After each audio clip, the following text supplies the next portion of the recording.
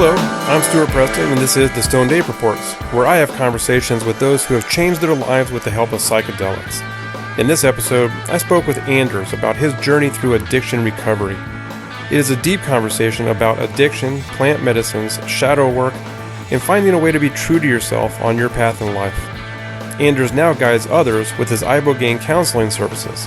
You're going to enjoy this one, so let's welcome Anders. Anders, thank you so much for being here on the Stoned Ape Reports. You and I have interacted a little bit out there on the internet, and so I have a little bit of understanding of what you do, but I'd like to kind of just start here and ask you what your Stoned Ape story is. You know, what's your origin story? What were you dealing with in life? Your challenges, and, you know, I know there's certain matters going on and maybe addictions, and then you found, you know, the plant medicine to help you. So if you could maybe shed a little bit of light on your kind of what we call your origin story or your Stoned Ape story. Yeah, sure. No problem. And thank you very much for having me on the show. Yeah, my story kind of goes back to early childhood.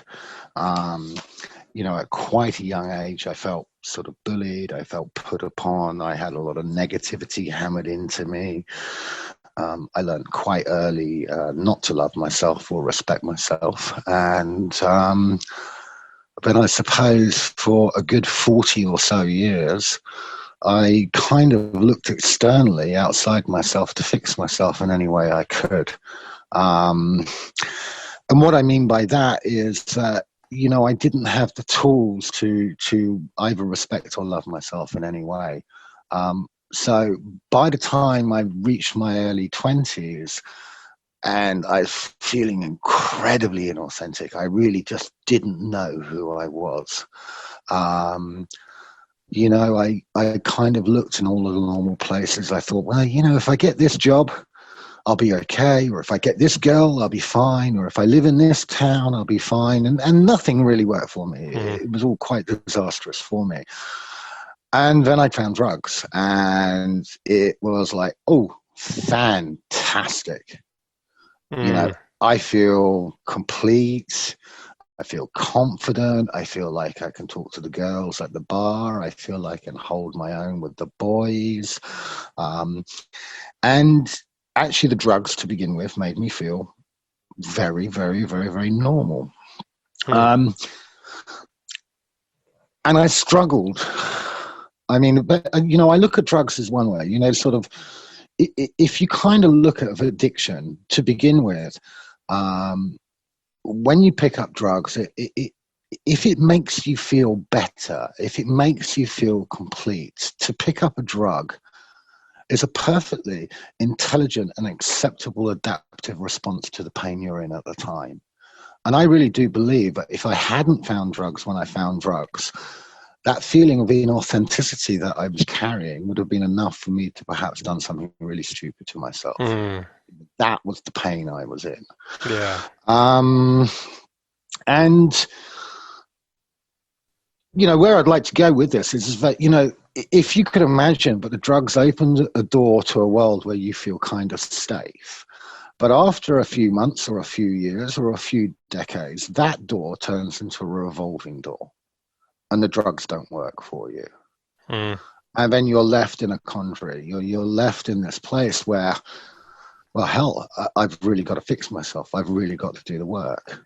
And I suppose that's what happened with me. After having tried every rehab, every detox, every new relationship, every new job, every new country, every new continent to try and fix myself,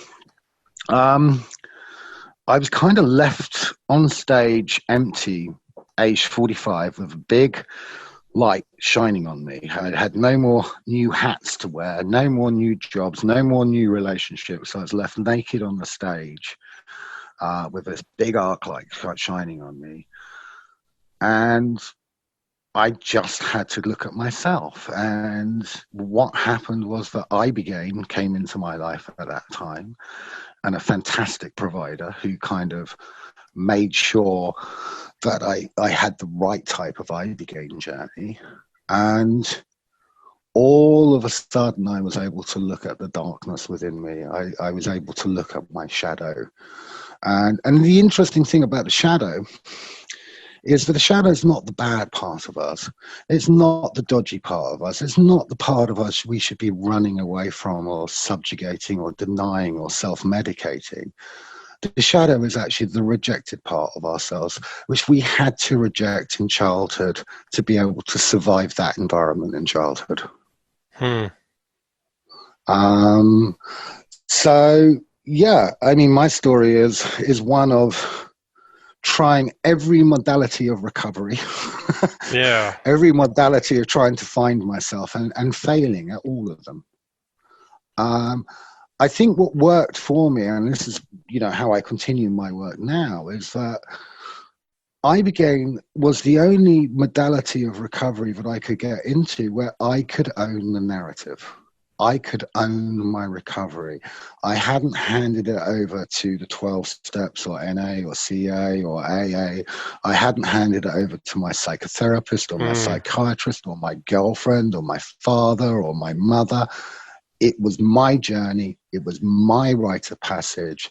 It was me putting intentionality, integrity, respect, and reverence into that process. And by dint, putting respect, reverence, intentionality, and integrity into my life, perhaps for the first time ever. So, Wow. yeah. Yeah. And so how did that, and I don't know if you're at that point yet, but, we don't want to go into necessarily a trip report with all the details. It's like listening to somebody's dream. But, how did it, all this stuff you tried, all the detox and all the rehab and the 12-step programs and therapists and friends, and how was your Ibogaine journey different, and what was it like when you came out of it? Well, I mean, I suppose, look, for me, and I'm not saying this is for everybody because I don't want to be political about NA or AA, but for me, I was in and out of the rooms for years and years. And eventually the narrative came to me that I was an addict and I have to be an addict for the rest of my life. I was told I was diseased. I was told I was a burden on my friends, family, and society.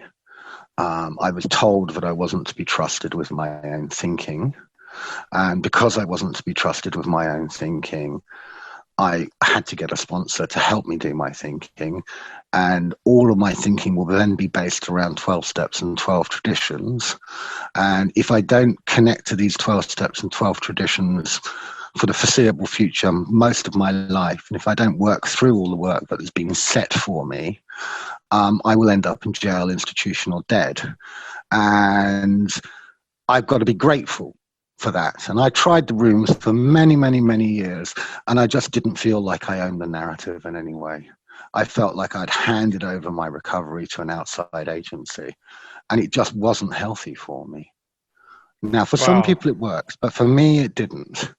For me, this idea of the NA and AA narrative for me, and I struggled really, really hard. And most of the rehabs, you've got to understand, are 12-step based.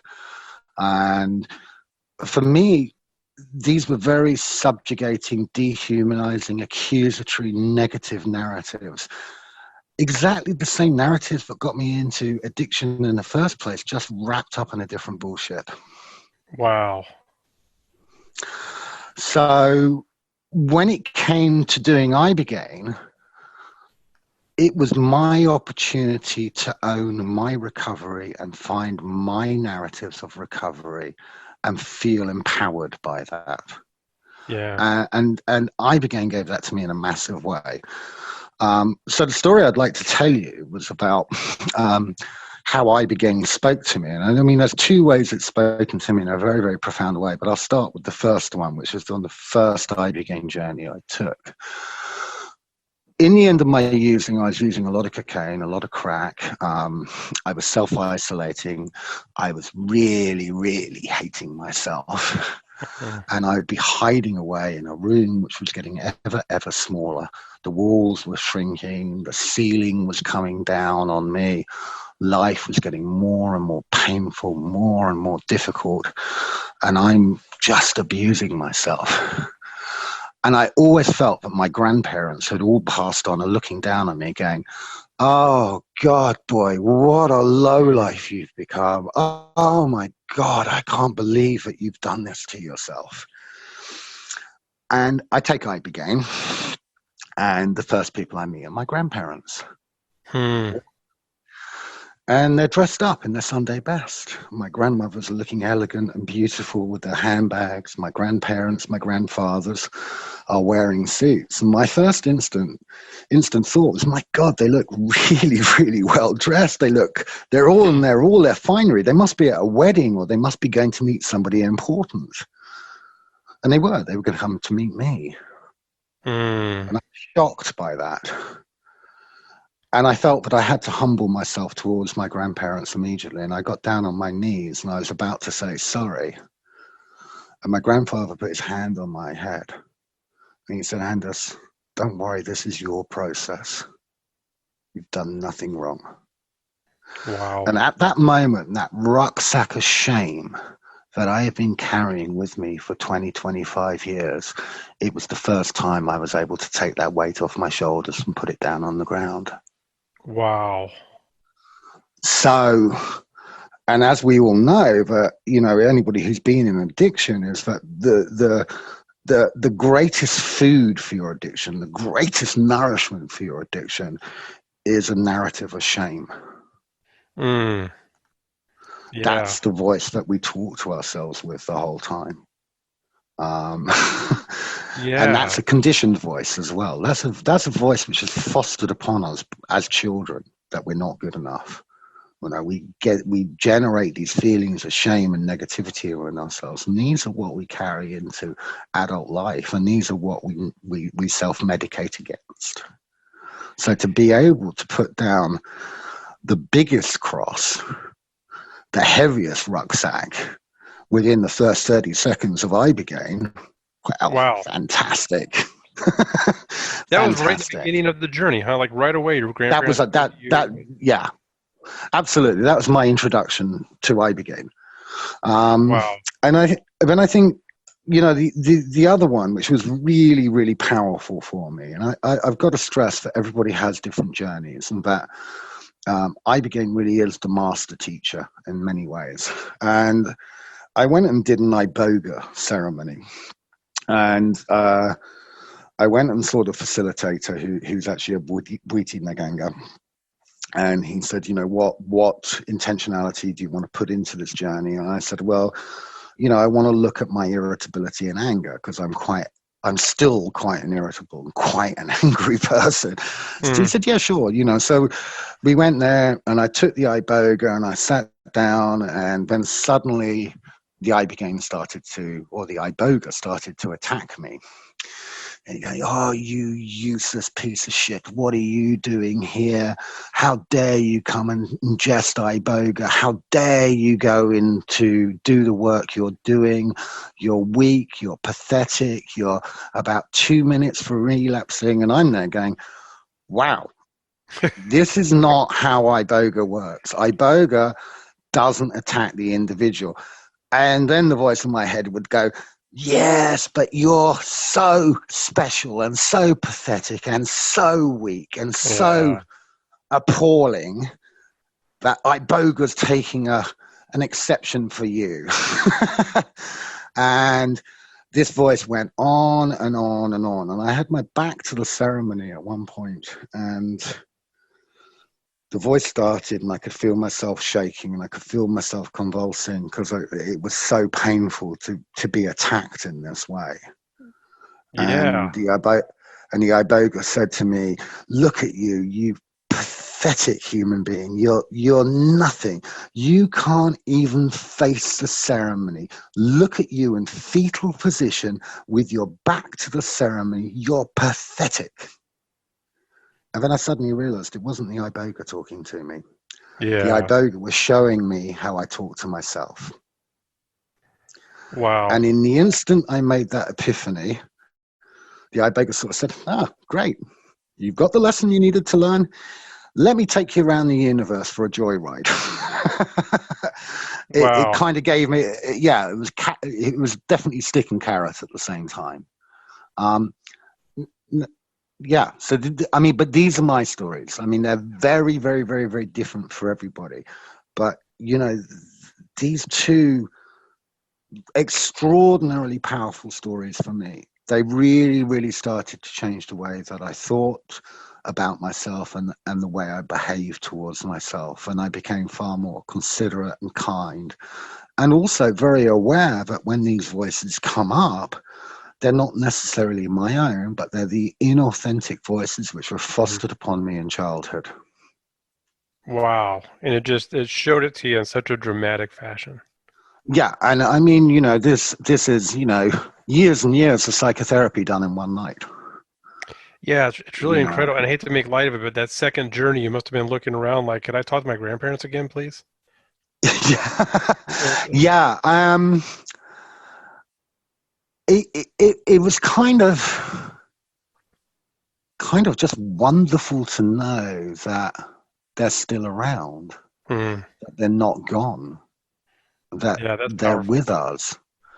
Um, that I will see them again, that they are part of my life, that, they are part of my children's life and part of my grandchildren's life. I mean, I really got this sense of ancestral lineage Yeah. and really got this sense of family protecting me and being with me and looking out for my best interests, even though they've passed on. Hmm. Yeah, that's big. It's better to have that support out there than all these negative voices in your head. Yeah. I mean, I think the great thing about Ibogaine is that it lets you get to know who you are rather than who you are trying to be. Hmm. If you follow that, Yeah, yeah. Yeah, that's really um, excellent. this is what it's about, and I think, for me, this is what the work is. It is kind of shadow work in many ways. And When you say as I've shadow said work, what do you before. mean by shadow work? I know you mentioned it and talked about it not being a negative bad part of your psyche, but when you talk about shadow work, what do you mean by that?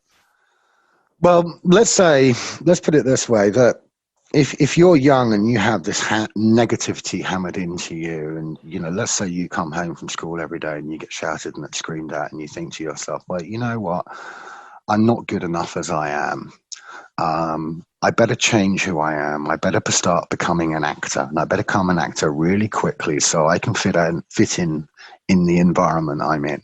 Hmm. Okay, so you start to pretend it doesn't hurt you, or you pretend you're tough, or you work out a way of isolating, and you do this at the detriment of your own authentic personality. Yep.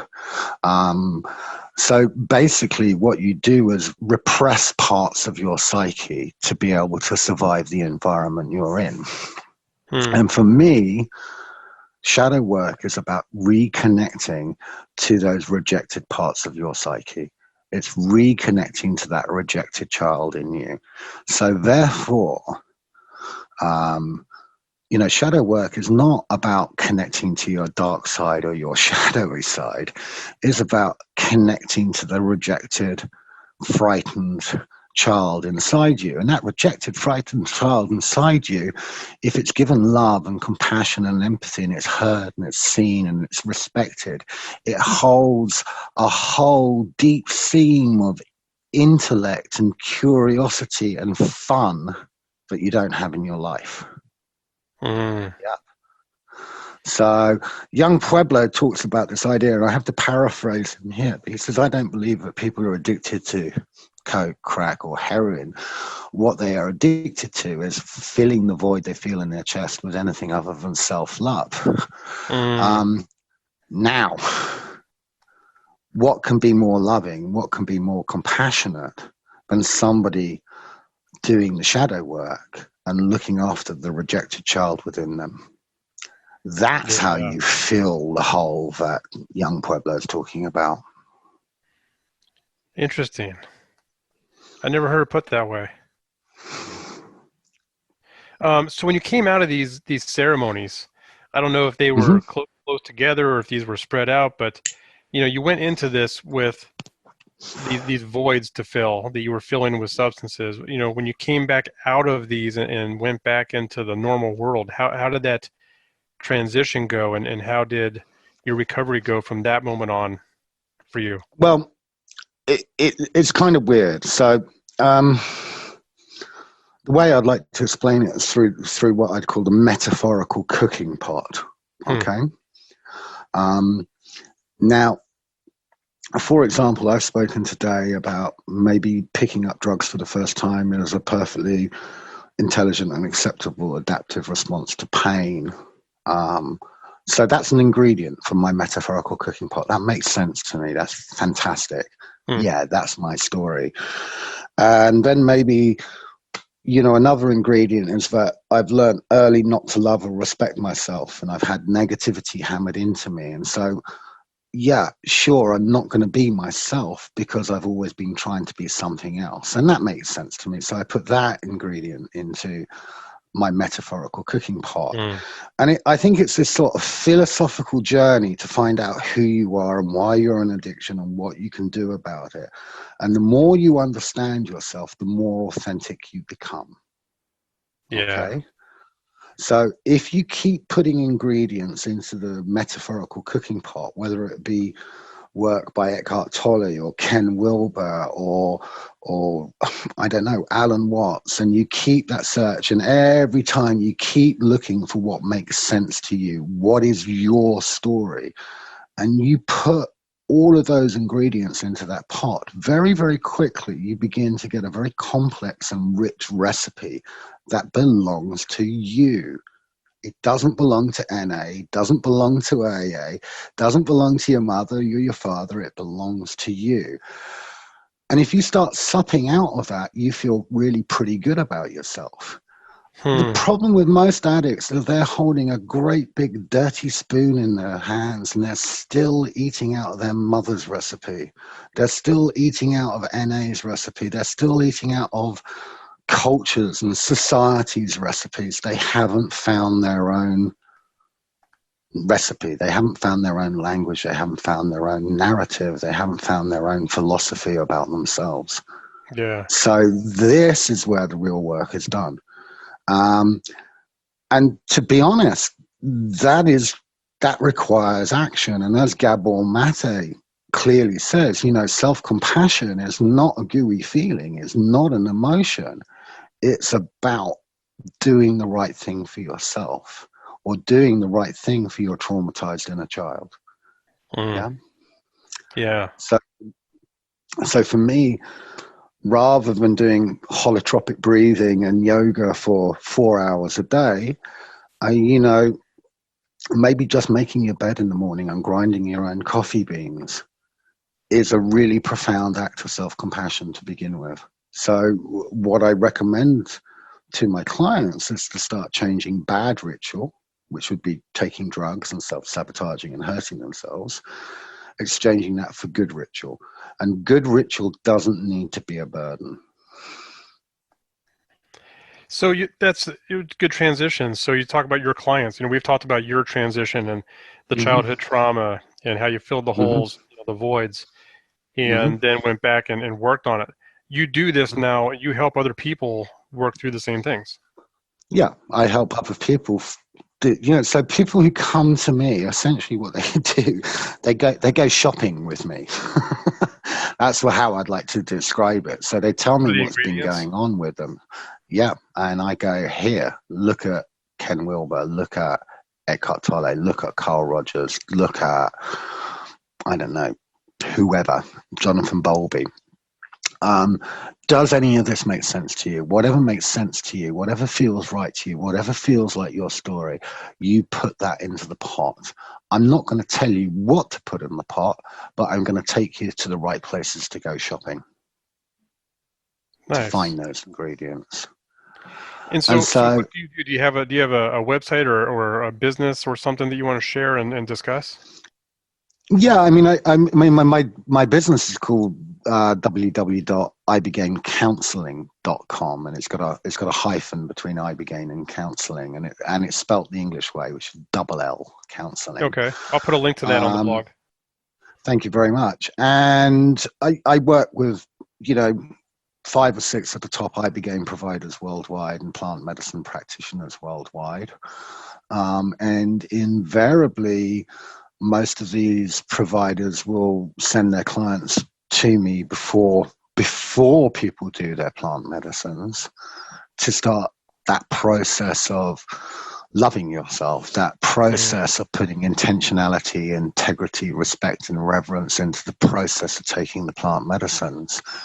The important thing is that if people put intentionality, integrity, respect, and reverence into getting their Ibogaine treatment, what they're actually doing is actually putting intentionality, integrity, respect, and reverence into themselves. Wow. And that's the game changer. And so they come to you before the experience, you know, because before we started recording this, you and I talked a little bit about how you mentioned right now the big thing in the psychedelic community is integration, where you have your experience and then you take the lessons and you integrate them into your lives. But you're mentioning here that there's a really big component that comes before the ceremony and the experience.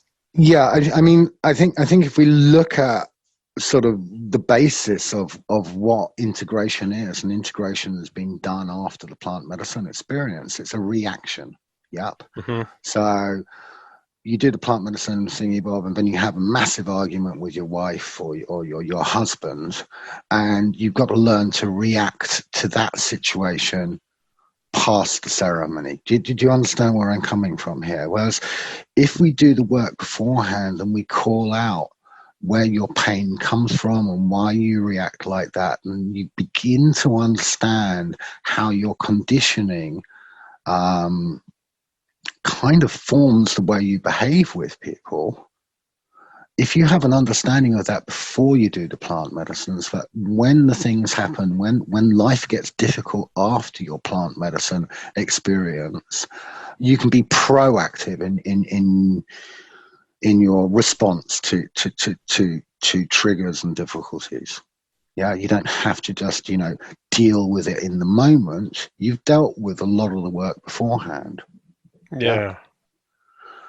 So suddenly, you know, my clients might come to me. I get them to name their inner child. I get them to name their pain body, and I get them to give it a name like Bob or Roger or whatever. So that's a conciliatory gesture to the child within, to the pain body, to the shadow, is to give it a name. Yeah. Because it's a polite and nice thing to do. You're not running away from it. You're not denying it. You're not subjugating it anymore. You're trying to build a relationship with it so it can work with you. It's yin and yang lying in the perfect circle. Yeah. So, you know, a client might phone me up 2 months after having done Ibogaine, and they go, "Wow, Anders, you know, I've really mucked up. I had a line of coke last night." I go, "Fantastic. This is great. This is what I want to hear. You're phoning me up. You're not denying it. You're not in a crack house in Phoenix at the moment. You're doing well. What's the problem?" So how did you give yourself permission? How did you get triggered? How did that work? How did Bob, your pain body, run that narrative? And so then, you know, suddenly making a mistake is no longer a mistake. It's a potential to project yourself forward, to propel yourself forward in a really, really, really massive way. Because no longer are you being shaming of yourself, no longer are you being critical of yourself. Now you see yourself as a perfect, imperfect human being.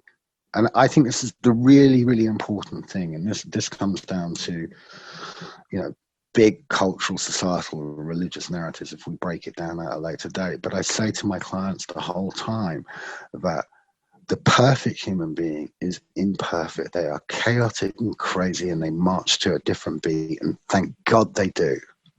Yes. The imperfect human being is the one who chases perfection, whose perfection is a cultural mirage put in place to control you, to make you buy shit.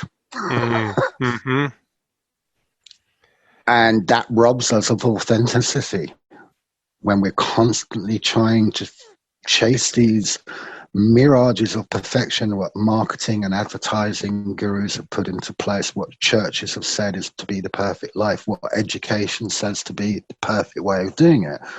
it's all forms of control at the end of the day. So I say celebrate your imperfections, because that's what makes you human. Yeah, that's beautiful. That's beautiful. And that's what you help your clients do. What else do you want to get out there? What else do you want to share with people? Um, that actually, addiction and pain can be the gift. It can be the gift that brings you to a place where you can do the work on yourself and you can get to know who you really are, and you can unburden yourself from the cultural, societal, and familial narratives that have been put upon you as a way of living your life.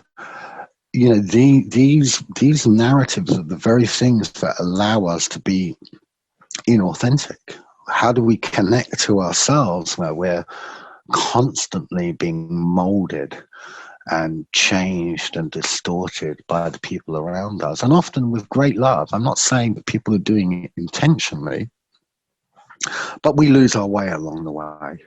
Yeah. We don't know who we are as a result of it.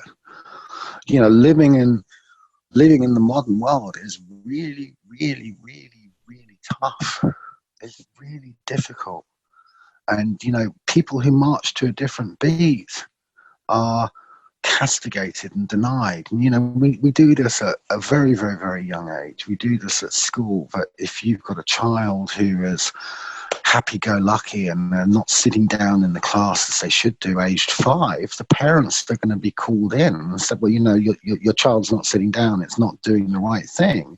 And we're already trying to mold a child. We're already trying to take away its authentic personality and its character so it can sit in a bloody classroom. Yeah. Yeah.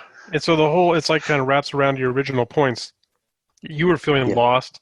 You didn't know who you were in life. You were being told these negative stories. There are things out there in the world that are meant to, quote, help us, from churches to 12-step programs, therapists, that just give us more messages to pile onto our shoulders. But when Yeah, it's you come beautifully put. into this and you're able to break through all this and really discover who you are and stay on your centered path, that's when you can really Yeah. start making changes in your life. Do I got that right? Yeah. Yeah, absolutely. So trauma, addiction might be the very vehicle that brings you to a place where you can do that work. Awesome. So Awesome. in many ways, it's your friend. Yeah. Yeah, I can see It's that. see, the thing is addiction is never the problem. The addiction is the symptom of an underlying problem. And that underlying problem, 100% of my clients always comes down to childhood trauma of some type or another. Yeah. Whether it's trauma of a capital T or a small t, that's invariably the problem. Well, it's not invariably, it is the problem every single time. Wow. I've never had a client that when it comes down to it, there's been, trauma at the bottom of it. And, there is so much pressure put on our children to be a certain way, to do certain things, and to be a valuable and good and productive member of society or your family or your church or whatever. Where do these children find their own way when they're completely and utterly, from the minute they wake up in the morning to the minute they go to bed, they're being molded by external forces? Which sounds almost like its own trauma. If they can't be centered and focused and It doing their is. own That's thing, trauma. being pulled, Yeah. it almost sounds like its own. They're building that trauma right away. Yeah. Yeah. Yeah. And so I suppose the work that we do in conjunction, because, the great thing about plant medicines is that they change the neuroplasticity in your mind or in your head. They really aid that. So you can start thinking in a different way. You can start behaving in a different way. You can start to become mindful and to observe your pain body. You can observe Bob. Yeah. Yeah, Bob. So for me, I occasionally get these clients and they come in and they go, oh, Anders, I don't want to do Ibogaine. I've been thinking about it, the costs of this, and my wife's not keen on me doing it. And, I may not know who I am at the end of it. And all of these fears come up and I can go, well, hey, am I talking to Stuart or am I talking to Bob? Mm. And they go, oh, yeah, you're right. Hmm. I'm in my pain body. I'm not being myself. Yeah. So it's such an automatic response for us to go to our pain body, to Yeah. go to our bad wolf, to go to our Bob. Yeah. But that's the inauthentic voice. That's not the real us. That's the us that has been created and formulated and molded by other people. Yeah. Yeah, exactly. So in this work that you do and in your story, Ibogaine, other plant Mm-hmm. medicines, have you had to deal with any kind of stigma or pushback from people in your lives when you talk about these things? Oh yeah, yeah, of course. I mean, even in kind of like my own family, when I was doing Ibogaine to begin with, and this sort of mumbo jumbo witchcraft bullshit you're doing. The fact is, 3, 4, 5, 6, 7 years down the line, and they see that I'm not living in abject poverty, I'm not Yeah. hating myself anymore, that I've got a good life. Some of the very people who were criticizing me a few years ago are the very people who are coming to me now and going, hey, I really want what you've got. Can you help me? Hmm. Yeah. Um, and to be honest, I'm kind of like, you want to judge me? You judge me. Go ahead. It's no skin off my nose. That's your conditioning. Right. I respect that. I see that. That's not your fault necessarily. Right. That's Yeah. that's compassion right there. Having some compassion for them, not letting that, knowing that that's not you. But then it must be pretty special later on when they come back and see the great work you've done. Yeah. I mean, it's the most fantastic job in the world because what we see is I came from a world when I was in active addiction and I was losing friends by the bucket loads. We were burying people almost on a Yeah. monthly basis. Um, and, people were going through divorce. They were losing their children. They were sleeping rough. They didn't know where the next food come from. They were stealing. They were doing anything to stop that conditioned voice in their head, which would bully them and subjugate them the whole time. Um, and then sort of being attached to modalities of treatments, which are the acceptable treatments as far as Western medical culture is concerned, whether it be the rooms or detox or rehabs or getting people onto methadone of all things. I mean, insanity. And then you see people coming along and doing Ibogaine, and they can be, in absolutely dire straits, and they're beginning to get their life back almost immediately. They're beginning to Mm. respect themselves. They're beginning to love themselves. They're beginning to care for themselves again. They're beginning to find their own narratives.